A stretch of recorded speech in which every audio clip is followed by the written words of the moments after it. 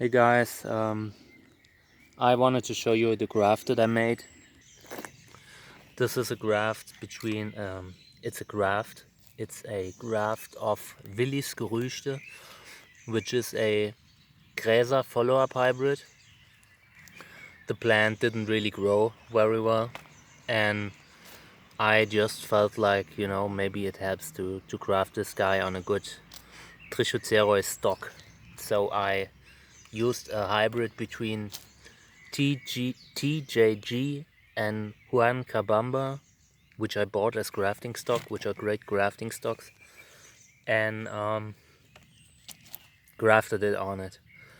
Unfortunately, I pressed the record button, but somehow I overlooked that it didn't run, and the whole video ended up not being made. So I was talking and talking and talking. I was making a great speech. Very proud of myself. It was like I have a dream, just differently, just with grafting. So yeah, just imagine I'm making a great speech about grafting. I used a lot of rubber bands, as you can see, to increase the pressure. My grafting stock was very hydrated and very healthy, with lots of nutrients, because that's what you need to do. You need a healthy graft with good roots and that's actively growing, because everything else is just pathetic. Grafting on cuts that don't even have roots, or grafting on plants that are already too weak to survive on them by themselves, that's just not good. That's just not good. So if you graft, make sure that prepare your grafting stocks, start watering them earlier in the season, like months and months before, because you will need them to be healthy and are already growing when you want to start grafting. So that's the case here. The plant was very spiny, like terribly spiny, so I cut the spines.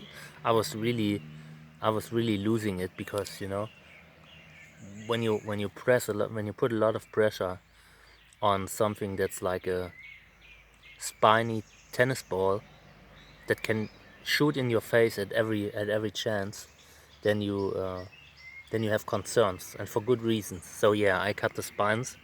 I normally am not a fan of it, but when you're grafting, it's better. So yeah, lots of rubber bands. I hit the vascular bundle, which is very important. If you don't hit the vascular bundle, your graft will not get any nutrients and it will die eventually, maybe after a year or two, but it will fail. Here's my whole equipment. Here's my crate of rubber bands. Here's my labels, just so I can write a label. And I realized that I've forgotten a pen, but I luckily have a pencil in here. So we're writing the label now. This is Willis Gerüschte, a ruffled Gräser hybrid.